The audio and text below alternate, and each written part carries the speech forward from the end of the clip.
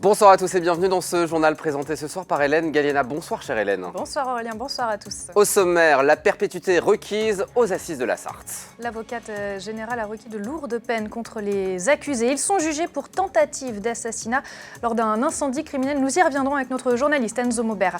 Ils s'opposent à un projet de voie de contournement. Des habitants d'une commune près de Silly-le-Guillaume veulent faire entendre leur voix. Et puis notre invité dans ce journal.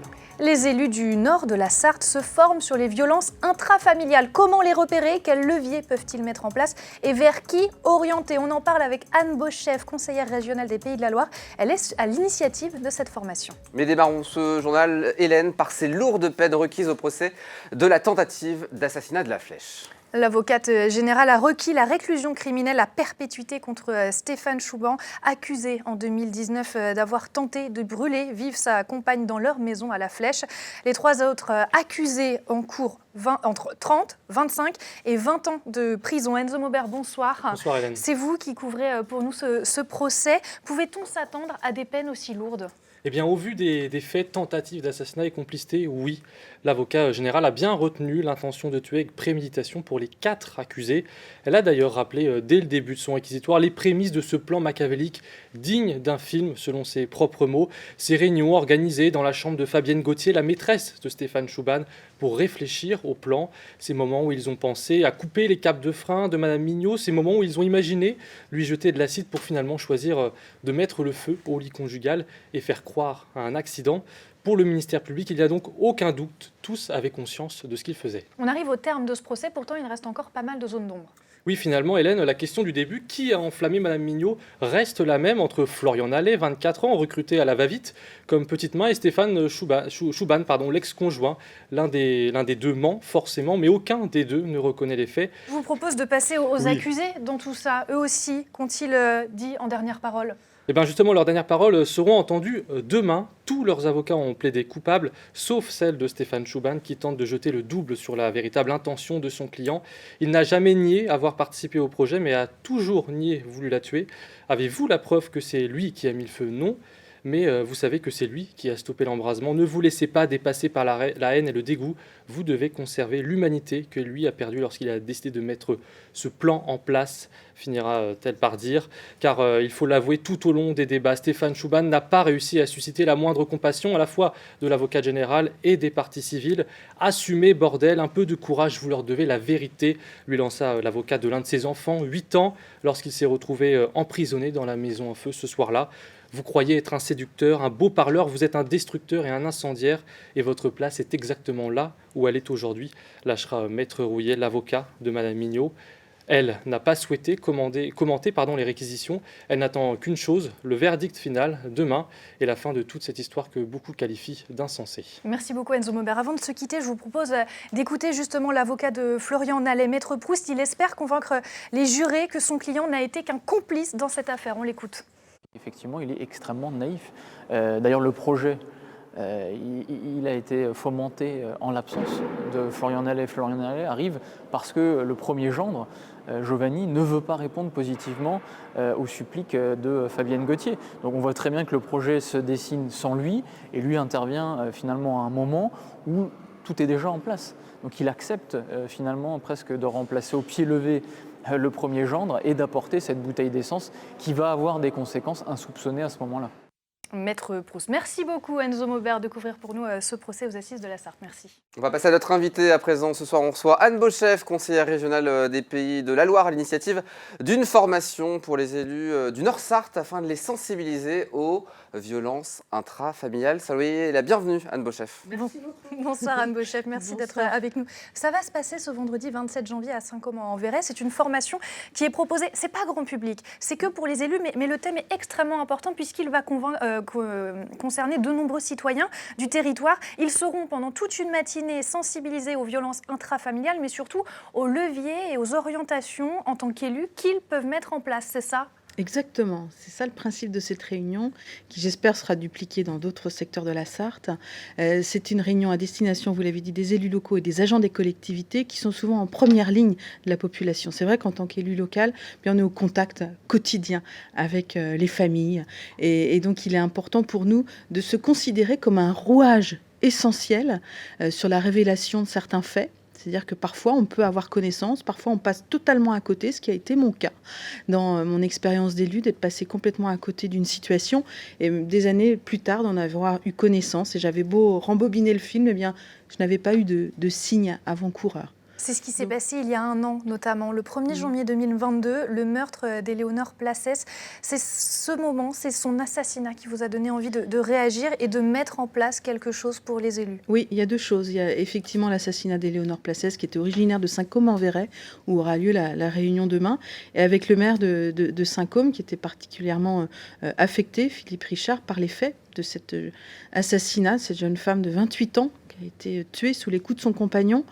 Eh bien, on s'est vu avec Philippe Richard et on s'est dit, il faut qu'on puisse faire quelque chose. Alors, les choses ont mûri, ça a cheminé, et on s'est dit, mais pourquoi pas sensibiliser les élus locaux à ces sujets-là. Et puis, la deuxième chose, c'est des cas plus personnels de mon expérience d'élu, où, je vous le disais, j'avais deux cas, une jeune femme que je voyais régulièrement dans le cadre professionnel, et j'ai su des années plus tard qu'elle était victime de violences, elle et ses enfants. Et je m'étais aperçue absolument de rien. Un autre cas, une femme qui était venue au début de mon mandat d'élu et qui est revenue une dizaine d'années plus tard et qui est venue pour me demander un logement parce qu'elle était victime de violences depuis 40 ans. Il y a encore et je n'avais rien vu en fait. Et je me suis dit, mais c'est pas possible en fait, je suis passée à côté. Et peut-être que je passe encore à côté. Et c'est pour ça, je me suis dit, il faut absolument qu'on ait des clés, nous les élus, parce qu'on peut être ces petites vigies peut-être précieuses.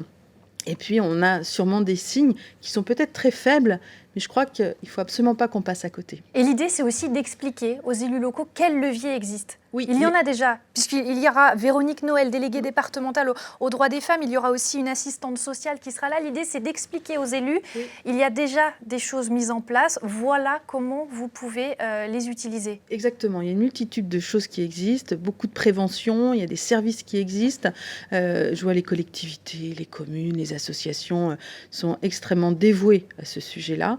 Demain, il y aura aussi les forces de police, il y aura les gendarmes. Donc, on aura vraiment les interlocuteurs qui seront là pour dire, voilà, si vous avez connaissance, voilà ce que vous devez faire, parce qu'on a l'obligation aussi légale de devoir déclarer, signaler tout crime ou tout délit. Puis après, une fois que la personne s'est confiée, vers qui l'oriente-t-on? Comment nous comportons-nous?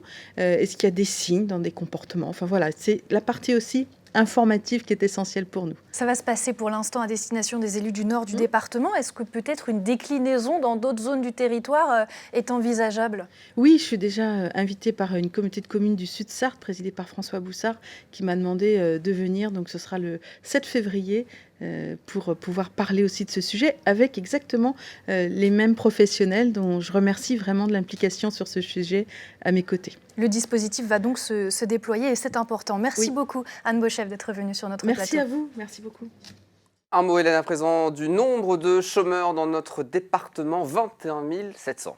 Et leur nombre baisse en Sarthe. Ils sont 1300 demandeurs de moins qu'au troisième trimestre pour comparer au dernier de 2022, soit moins 5,9%. Sur un an, Pôle emploi comptabilise moins 12,9% de chômeurs en moins en Sarthe contre moins 11,7% à l'échelle régionale. Et puis un autre mot de justice avec la relaxe pour le militant de la LDH convoqué par le tribunal correctionnel du Mans. On lui reprochait notamment le refus de donner ses empreintes ADN au fichier national automatisé des empreintes génétiques lors de sa garde à vue pour des faits lors d'une manifestation syndicale. C'était en 2015. Le tribunal du Mans vient donc de prononcer la relaxe en faveur du manifestant. Allez, on va prendre la direction de la frontière de la Sarthe, proche de la commune de Gré. Oui, les riverains du lieu-dit Le Landreau s'inquiètent d'un projet de déviation qui déporterait les poids lourds qui traversent actuellement Sillé-le-Guillaume près de chez eux. Ceux qui seraient le plus touchés par ce plan ont même créé leur association pour tenter de faire entendre leur voix. Anthony Piton est allé les rencontrer. À Sillé-le-Guillaume, la fin du balai des camions se précise. Le conseil départemental envisage différentes options pour créer une voie de contournement et sécuriser le centre-ville. L'une d'entre elles, privilégiée à ce stade, passe devant ce camping situé dans le village voisin du Gré. Pour la propriétaire, la décision scellerait le sort de son activité. J'ai pas encore de solution pour mettre du double vitrage sur mes toiles de tente et sur les mobil-homes. Donc non, c'est une nuisance très forte. Et même visuellement, vous avez mis, là, la rocade, elle passe derrière nous. Là. J'ai la piscine qui est là également. Donc les gens, ils vont dans leur transat avec la vue sur les camions. Pour des gens qui viennent ici pour profiter des randonnées et du site de Sillé Plage, c'est la fermeture du camping tout simplement. Comme Laetitia, une dizaine de riverains du lieu-dit Le Landreau s'opposent au projet. Ils viennent de se regrouper au sein d'une association. Parmi eux, Didier, qui habite tout près de la route où pourrait passer la future rocade. Je vais devoir m'affronter à un carrefour où il va y avoir des camions en plus grosse quantité qui vont monter et descendre. Donc je vais m'affronter en plus à un bruit qui va être bien plus important que celui d'avant. Puisque dans ce virage qui est en pente, il y a des camions qui vont freiner pour descendre et qui vont accélérer pour monter à 10 mètres de chez moi. L'association tente donc de porter sa voix auprès des élus pour qu'un autre tracé soit retenu. On comprend que Cyril Guillaume veuille diminuer le flux de circulation des poids lourds dans son centre-ville, mais ce n'est pas normal de condamner des activités économiques pour autant.